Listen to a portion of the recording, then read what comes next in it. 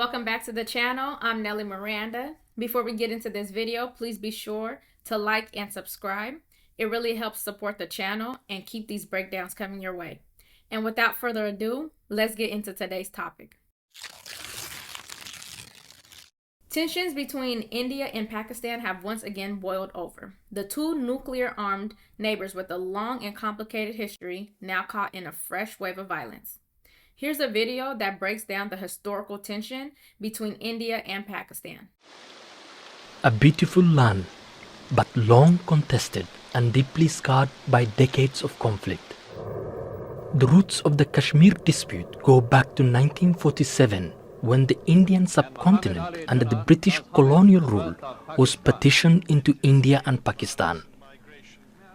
Kashmir was then ruled by a Hindu king, but with a Muslim majority population, he had to choose which country to join.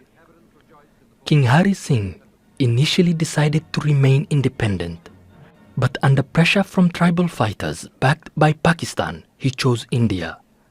That decision led to Pakistani tribesmen invading the territory and the monarch calling on India for help, leading to the first war between India and Pakistan. The UN then brokered a ceasefire and divided Kashmir into one part administered by India, the other by Pakistan. New Delhi granted Indian-administered Kashmir a semi-autonomous status. But that did not end the violence. The region has seen two more wars, years of armed insurgency and many lives lost. India considers Kashmir to be part of its territory. Pakistan says its people should have the right to self-determination, something the UN once promised in a referendum that's yet to be held. In early May 2025, the world watched closely as a devastating terrorist attack in Pahalgam, Indian-administered Kashmir, left 26 civilians dead.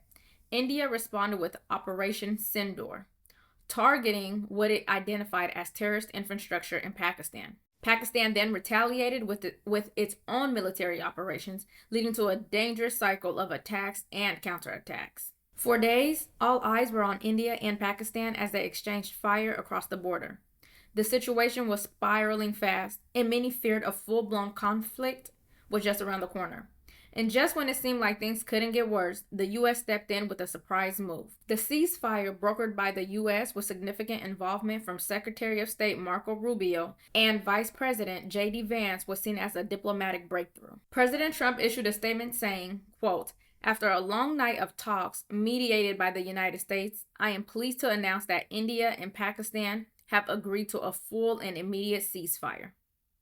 Congratulations to both countries on using common sense and great intelligence. Thank you for your attention to this matter." In Kashmir, the announcement brought a momentary sense of relief. Civilians hoped for a return to normalcy after weeks of fear and uncertainty. However, that peace and sense of relief did not last long. Despite the ceasefire, overnight fighting erupted in the region of Kashmir. Residents reported heavy exchanges of fire between Indian and Pakistani troops along the line of control, leading to civilian casualties and displacement. Indian officials reported 23 deaths and significant property damage due to Pakistani shelling. The situation remains tense, with both sides accusing each other of violations. There have been repeated violations of the understanding arrived at earlier this evening between the Directors General of Military Operations of India and Pakistan. This is a breach of the understanding arrived at earlier today. The armed forces are giving an adequate and appropriate response to these violations, and we take very, very serious notice of these violations. We call upon Pakistan to take appropriate steps to address these violations and deal with the situation with seriousness and responsibility. The international community has expressed concern over the escalating tensions. Pope Leo XIV, in his first Sunday address since being elected, appealed for global peace and specifically mentioned the India-Pakistan conflict, urging both nations to uphold the ceasefire.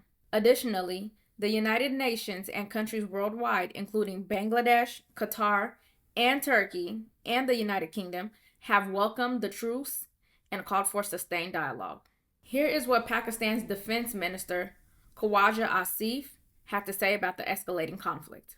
The reaction which came from Delhi was not really surprising for us. We could make out that this whole thing was staged to create some sort of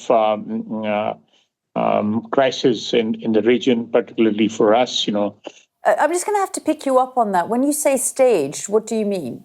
I personally and our government also in the last 2 days, we have condemned it categorically, without any reservation, that terrorism in all its forms is something which should be condemned as strongly as possible.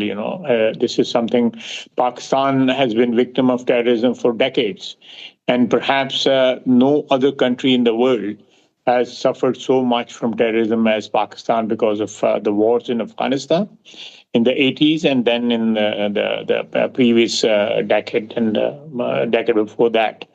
So we are very familiar the pain it inflicts on the people in the country and the nation when we are subjected to terrorism. But this sort of pattern which is going on in India, when President Clinton was there, there was a terrorist attack on Sikhs. 40 or 44 died in that, and it was blamed that some never heard of that organization which orchestrated this whole terrorist attack. As for now, thousands remain displaced, and humanitarian situation in the region is dire. The cycle of violence has taken a heavy toll on civilians on both sides of the border. The path to peace between India and Pakistan is burdened with obstacles. While ceasefires offer temporary respite, without addressing the underlying issues, the cycle of conflict is likely to continue. Do you think this ceasefire will hold, or are we looking at another breakdown in diplomacy? What do you think is the real path to lasting peace between India and Pakistan? Let me know in the comments below. And if you found this breakdown helpful, don't forget to like, subscribe, and hit the bell so you never miss a video. Thank you so much for watching this video, and I'll see you in the next one.